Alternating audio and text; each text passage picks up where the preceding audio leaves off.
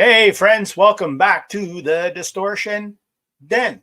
I'm Deke, and today I'm talking about CDs are back in 2024.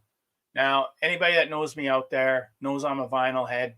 I have been since I got back into it about 7 years ago. But funny thing was, I was in Sudbury this past weekend and hanging out with my good friends Kevin and Sarah. And one of the things that we always do is we go to Cosmic Dave's Vinyl Emporium, which is downtown Sudbury.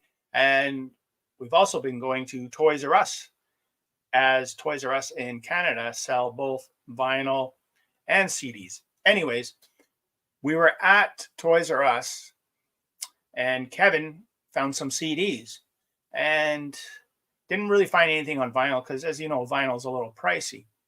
And I said to Kevin, one of these days I got to get a new CD player, that yada yada. Make a long story short, Kevin and Sarah graciously gifted me a very nice used 5 CD changer Sony player. And basically, once I got back home here in Thunder Bay, I plugged it in within about 10 minutes of being home, threw in 5 CDs, and she works like a charm. So I never thought I'd be doing a video talking about CDs. So the next day, I went to our Toys R Us here in Thunder Bay. And I never thought I'd go into a record shop and skip vinyl. That day I did. And I figured, well, I'm going to load up on some CDs. And holy moly, there is a huge price difference. I knew that. So basically what I thought I would start doing is just adding some titles that I don't have on vinyl that I've been flip-flopping about wanting to get on vinyl, but it's just too damn expensive. And as I go through my little pile here that I just purchased the other day, I'll share a little few tidbits about each CD. And just tell you that it's crazy. I didn't see this one coming. So, and sometimes that's the cool thing in life. You just don't expect that. And yeah, I got. So anyways, one of the CDs I grabbed was Lee Roth, Eat 'Em and Smile. I actually had a copy of this on vinyl. And when my buddy T-Bone started getting into records, I had to get him going with some good, cool records. And one of them was Eat 'Em and Smile.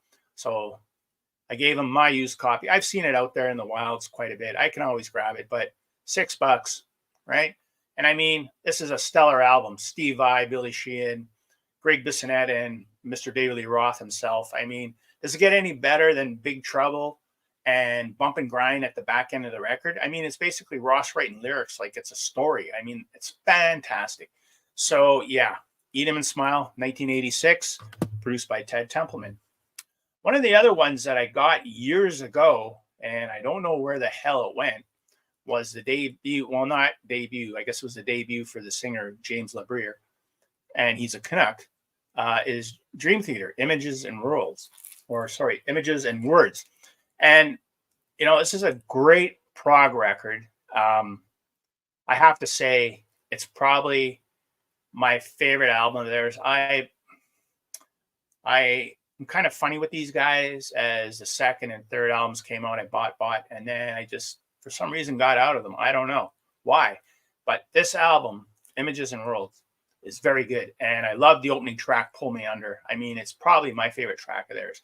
It's so good. And if you listen to this on CD or on the streams, you'll notice as soon as they get to the chorus, everything just cranks up a level. Like they just push those faders up. Boom, the Pull Me Under, bam.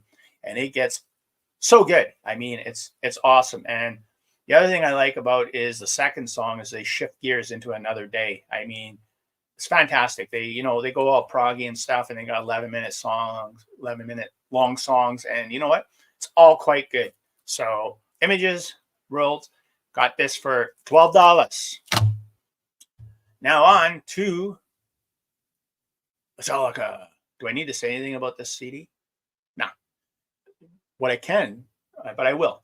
And one thing I can say is that the opening tune, Fight Fire with Fire, those drums are mic'd awesome, especially during the guitar solos. I mean, you hear Lars going, ta, ta, ta, ta, ta. I mean, people give him crap about his drumming. I don't understand that. But you know what? Who gives a shit? It's just good stuff. And I mean, these guys were 20, what were they, 2021 at the time? And James Hetfield's writing lyrics like Fade to Black, of course, Ride the Lightning, Creep in Death, of course, For Whom the Bell Tolls. I mean, Cliff Burton, rest in peace, man. Like, what a fantastic bass player. And there is bass on this album. So, yeah. And then, did I say how much I got this for? $10. And now we're going to end it with a couple of Canuck acts. And that is Tragically Hip. Oh, as you can see, I showed the back cover. And that's what I paid for it, $8.99. Oh, I also had this originally back on CD. Sorry for the glare, folks, as always. I had this back on CD back right when it was released, almost, 30 years ago. Who knows where it went? But I came across it. Price is right. It's recorded at Cobo Hall in Detroit. And it's got all the hits, you know, Grace 2, Springtime in Vienna, Twist My Arm, Gift Shop, Head by a Century, New Orleans is Sinking, Blow It High Dole, and my fave, The Wherewithal. Great stuff. And Downey, the late great Gord Downey, is on his game on this record. And the final one I got for, I'll show you the price, $8.99. Rubble at the Henhouse, Tragically Hip. Another one I bought, another one I lent out, and who knows where the hell it went 30 years ago. But this has got some good stuff. And to be honest with you, a lot of it I've actually forgotten. So other than the singles like Gift Shop, Springtime in Vienna, Head by a Century, I don't really remember the rest of it. And I know by then my interest in the Tragically Hip was even starting to slide a bit back. I mean, those first 4 studio records and this live one are so good. And yeah, so I don't know, but I'm going to check it out.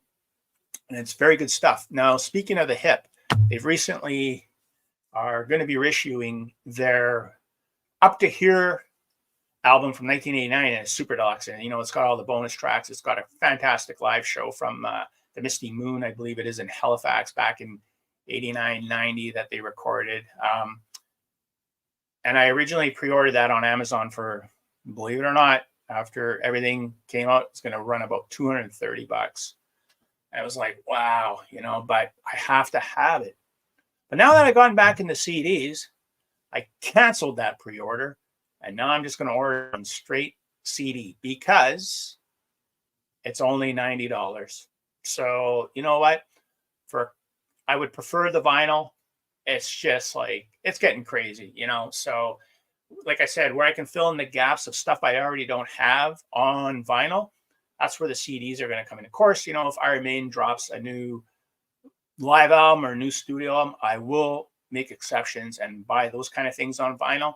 But I'm just at the point where, you know, it's getting a little ridiculous. And, you know, case in point, you go in town here to buy these 2 Hip albums, you're looking at between $50 and $65 a piece. And I got both of them for 16. So who would have thunk it? I'm back into CDs. Huh? Crazy. So anyways, I went way over my time limit of 5 minutes.